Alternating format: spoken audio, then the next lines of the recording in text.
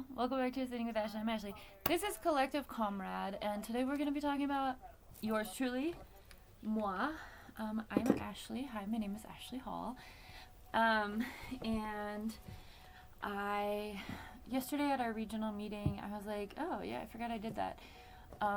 For a couple of things, so I wanted to go ahead and put some stuff here all as one thing.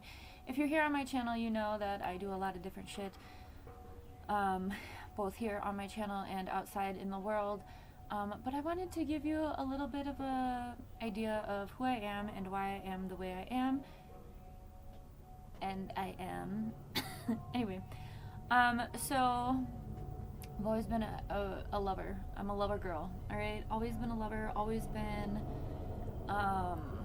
really into diversity, into learning about other things, wanting to know about other people and the way that they live and the way that things work for them. I grew up in white suburbia where there wasn't really a place for this. I was very active in the church. I grew up Presbyterian. I left the church at like the age of 16, 14, 15, 16, probably 16, I think. And never went back. But I've always been, pro-choice. I've had friends who have had to go through that experience, and in high school I was like always there for them, like, of course, and I think that was a deciding factor for me. I was like, well, I don't know if I would ever do it, but I support you doing it, like, to each their own, right? And that's kind of been the main focus I've always had. And then as I grew up, I really wanted to understand why things were the way they were, right? Like, why can't, everyone get along? Why can't people have access to stuff? What's going on, right? So I wanted to learn more about that. I went to a Catholic undergrad. Well, let's back up. There's one thing in particular that while I was a part of the church, I did. It was when Iraq and Afghanistan were it was, back in the early 2000s. And I did a Beanie Baby drive at my church, in school. And because that was one thing that we grew up with, collecting and like waiting for there to be like some sort of like, antique value on. So everyone I knew just had like boxes of fucking Beanie Babies. So I was like, hey, let's gather these Beanie Babies and other stuffed animals and let's send them over to the Middle East and have the American soldiers give them to the kids. We had one service person or one person in the military in our congregation, and he was my contact person, and we did that. And so I organized that and carried that out in high school. Now that I know what I know, I highly doubt that's what happened once they were over there. They were probably used for bait and stuff like that, which is hard to sit with. But in the time when I did that, I wanted it to be innocent, right? I wanted it to be sweet. I wanted to help uplift the kids, right? So I went to college. I got my undergrad in, my main focus, my major was in communication, and I got a minor in peace and justice, and as I stated, it wasn't a Catholic school, so the peace and justice minor was very much skewed through a religious, missionary lens, right? So we know that that's incredibly problematic. But my mentor was Sally Ann Brinkner, and she encouraged me to take peace and justice and put it on as a minor, so that it would be on my degree. And I did. And one of the things in Sally Ann's class that we had to do was we could either write like a 20-page paper or go on this protest trip to Fort Benning in Georgia. And I had kidney stones at the time, but I went. I went on the trip. God, it was a long bus ride from Wisconsin to Georgia with kidney stones. But yeah, we went there. So on the way there, we were watching documentaries about, I remember the one about Walmart. We watched a documentary about Halliburton, which is a contracting company over in the Middle East during this time. So again, this was, 2006, 2007, circa-ish. And so we were watching this stuff, learning about, like, Abu Ghraib, the torture chambers that the American soldiers were carrying out in the Middle East. And then we also watched this Walmart documentary on that bus, I remember. the high cost of low prices, I think is what it's called. So I learned a lot about like consumerism and the Walton family, the owners of Walmart, and the way that they treated workers and stuff like that. And again, this was all just on the bus on the way to this protest. And again, I opted out of the paper, so I went on the trip. So then we got to Fort Benning, and Fort Benning is it's a military base in Georgia. But the reason that we were going there for a protest was because of the School of Americas, the SOA, which has now been renamed to WHINSEC, the Western Hemisphere of Economic Security. Hang on. Let me get the acronym. So, by the time I had been there, again, WHINSEC. Why aren't you letting me look it up? No, not whimsical, bitch. Oh, WHINSEC Fort Moore. Where's that one? I feel like that's in a Carolina somewhere. Chattanooga, Georgia. Interesting. Did they move it away from Fort Benning? What happened here? Anyway, WHINSEC, Western Hemisphere Institute for Security Cooperation is what it's called now. But the School of America, it's the same thing. They just renamed it, which is everything, right? So this was a big vigil. I can pull up some pictures. For massacres that occurred in South and Central America because of the U.S. military. Because what the U.S. military does is, the government and the military.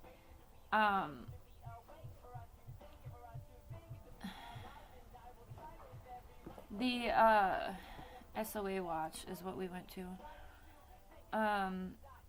So this is very much started and run by Jesuits, which are Catholic folk, a branch, but they're more like, I don't know. I have my issues with religion, but Sally Ann Brinkner as a radical nun, I don't know, did I mention that? She was a nun. She was a radical nun. She got like arrested for civil disobedience and shit, and this woman was in like her 80s. And so Sally Ann, took us with her. So it's a whole workshop, it's a whole weekend, and I really wanted to talk about this in particular because this is what came up in the meeting yesterday. And I was like, oh, I should talk about that on my channel. So SOA, so it was a weekend event. It was a few days. So there's an actual visual where we all held crosses. Again, this is based within, Catholicism or Jesuit. Is Jesuit? So I don't know if I ever got to the point. The U.S. Gets Latin American soldiers, militia, stuff like that, and they train them using the U.S. military stuff, and then they back militias, and then these people go on to carry out massacres. Same shit that we're seeing in fucking Palestine, same shit we're seeing in Congo, whoever's backing Rwanda, and then it's like, and we saw it in Rwanda as well. These bigger countries, these corporations, these capitalists take the resources that they have, education that they have, spreading democracy, and they back militias, and then these people who are from the area, are familiar with the land, go and carry out massacres on the civilians. Okay, so it's the same shit. So SOA has been happening forever. Father Roy Bourgeois started it back in the 90s. And he dubbed this quote saying, you can't spread democracy through the barrel of a gun. I did meet Father Roy Bourgeois. That was the time, I've talked about this in a different segment, I don't know what it was, but that was the day that Sally Ann Brinkner changed my mind about celebrities, because I was a part of celebrity worship too. We all grew up in this indoctrination. And that was the day that I was so excited to meet him. And she looked at me and she said, Ashleigh, he's just another person. Celebrities are just people. And it really brought me back down, from that point on, I stopped putting people on pedestals, and saw us all as, unique in our own ways for different reasons. So anyway, in addition to the actual vigil, there's like a protest. So people get arrested if they cross over the gate onto the grounds of the fort of the military base. which some people did. It's a part of the civil disobedience. It's a part of the direct action that a lot of people take to not only raise awareness, but also just do what they want. So they'd get arrested and then usually get bailed out within a couple days. That's what civil disobedience is. That's been a thing since the civil rights movement. I mean, forever. It's always been a thing. I did not participate. I wanted to, but I was like, no, I have to go home. Plus, I've got these kidney stones.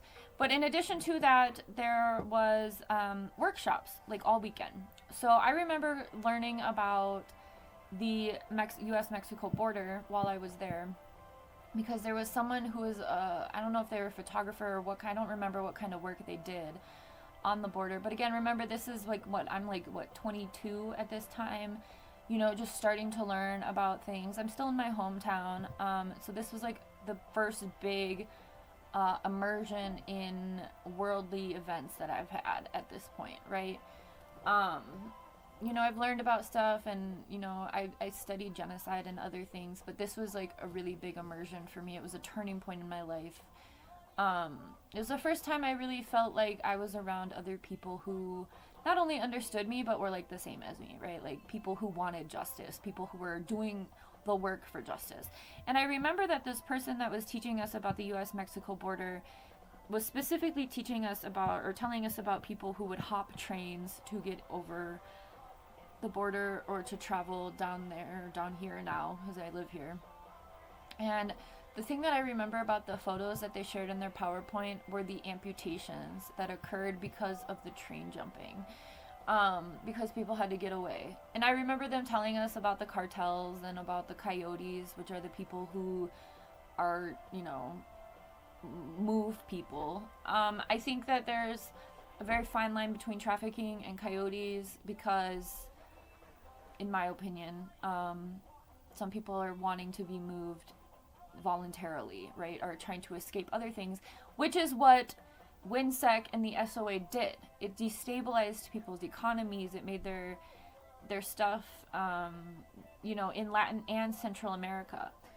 So I think that's what we were talking about at this meeting yesterday, was we needed to talk about why immigration is a thing, because, you know, especially with this admin now we have, it's just like pointing the finger at people who are migrating to the United States, right? And it brings up this saying that someone said about the folks who are in diaspora from Palestine too, is like, yeah, you're in the belly of the beast, and it's like, why are you here, right? Refugee status, migrant status. And again, it's because all of these big countries are big powers, I guess, for lack of a better word. I mean, it's just a distribution of wealth situation, right? These systems are all made up. But I studied a lot of, I was helping my friend Todd Miller do some research in my master's program too, about the refugee and migrant situation in not only the Middle East, but also the Mediterranean and like that area. So North Africa and South Europe, as well as the Middle East. And there's huge reports, right? Because people get on boats and stuff. And so it's been something that I've been looking into and curious about for a long time. But my main focus has always been genocide. I've always wondered how it happened. So I studied genocide as a concentration within my minor in peace and justice, specifically looking at Africa. I did have a white savior complex. And so I kind of got rerouted when I started my master's program, because I really wanted to go to Africa and do work at like an orphanage and stuff. And again, I had to check my white savior complex. But anyway, so those are some of the things that I've done and some of the things that have led me to where I am now. And I'm really coasting over this. In my master's degree, I had a short internship with the American Friends Service Committee, which is an organization that does a lot of work with incarcerated folks and family. I did a lot of research projects, like I said, within that, and then worked with Todd Miller. Todd Miller wrote Border Patrol Nation, and he wrote a second book that my friend Ren, we did Ren as a collective comrade. Ren did research with Todd down in Guatemala about his second book. Let's look up Todd. He's such a dork, I love him. I haven't seen Todd in like a good 11 years. Wait, are you teaching at Prescott now? Oh, that's where you went. He's a journalist. Here's Todd. So Todd took us to the border. He wrote Border Patrol Nation. He's an alumni of Prescott College as well. What is your second book? Build Bridges, Not Walls, A Journey to the World Without Borders, Storming the Wall, Climate Change, Migration, and Homeland Security.